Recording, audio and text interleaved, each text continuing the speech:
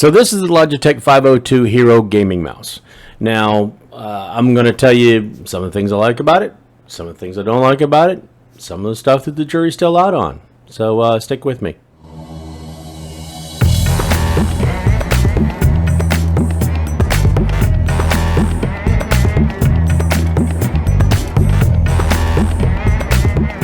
Okay, so the reason why they call it the Hero, or 502 Hero, the G502 Hero, is because it does have a new optical sensor in it that will allow it to get up to 16,000 dots per inch. Now, I am nowhere near that level of needing precision in my gaming or my shooters that I have to have 16,000 dots per inch. And to give you an idea of what might be normal, the Death Adder, which is a very, very common mouse, that I still use, and I've been using both of these for a little bit.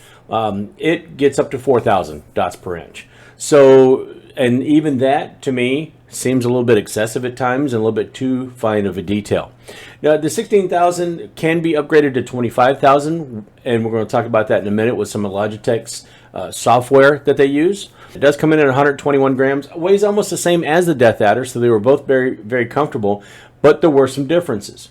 This particular mouse does, it's made with 11 herbs and spices, or I'm sorry, maybe 11 programmable switches.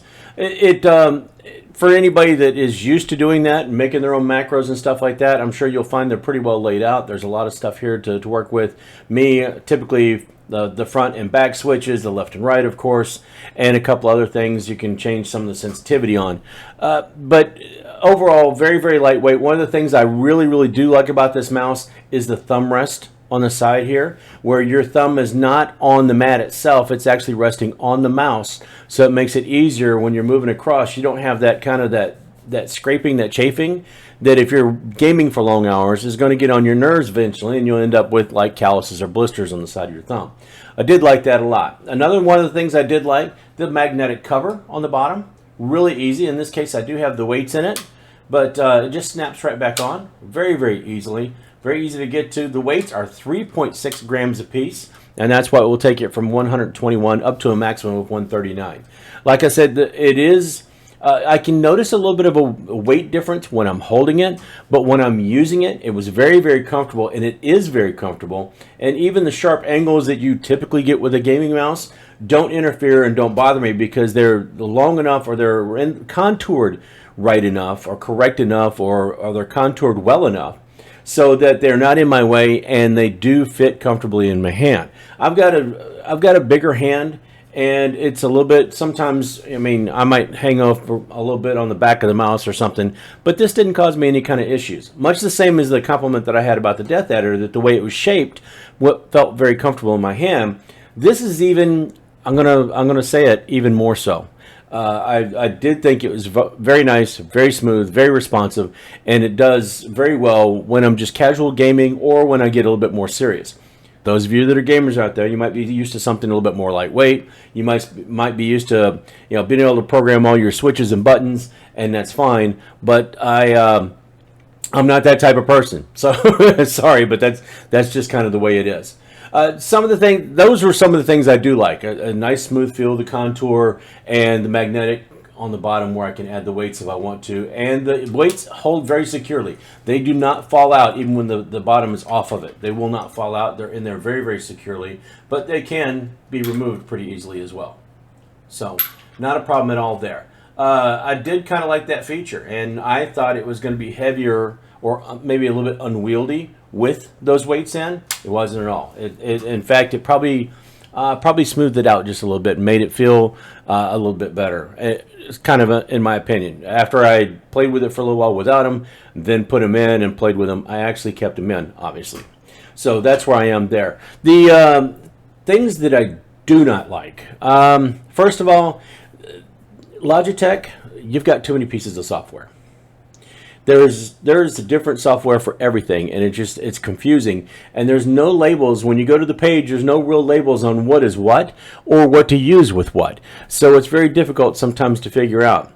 That and documentation that comes with it, or stuff on the website, doesn't give you enough of an idea of what is going to go with what, or what software needs to be done with what, or what you might need to do.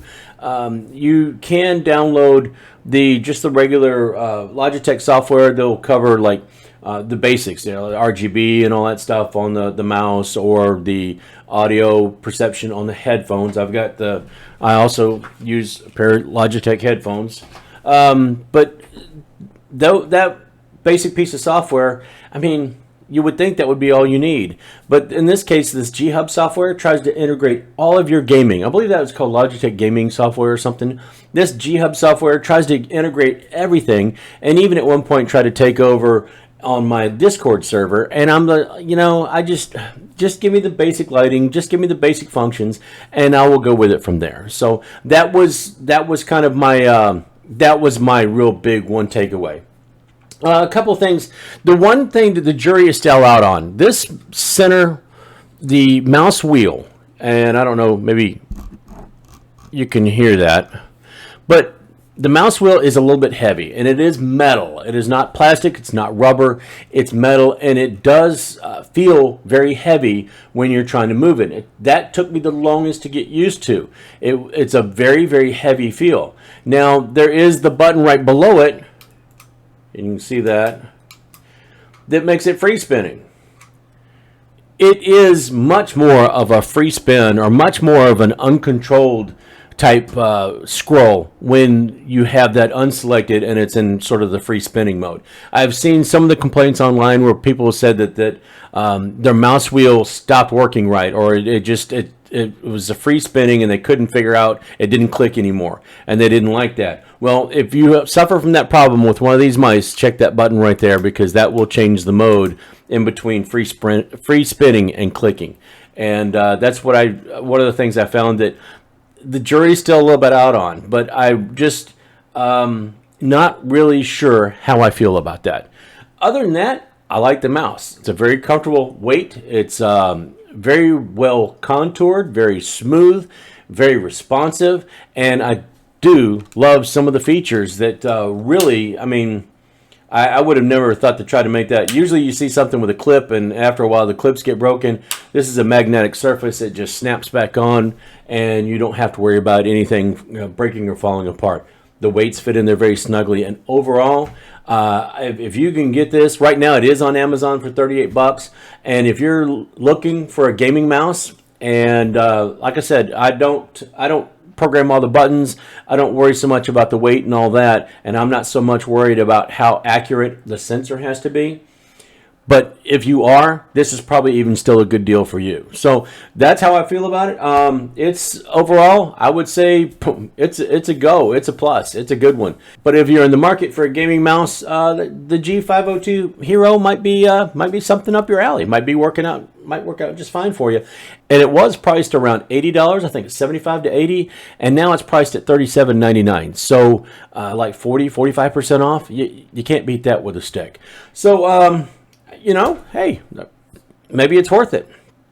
But anyway, that's all I got for right now. So if you liked the video or you found it helpful, go ahead and throw a like on it. If not, you can dislike, but kind of tell me what I'm doing wrong so I can fix it next time.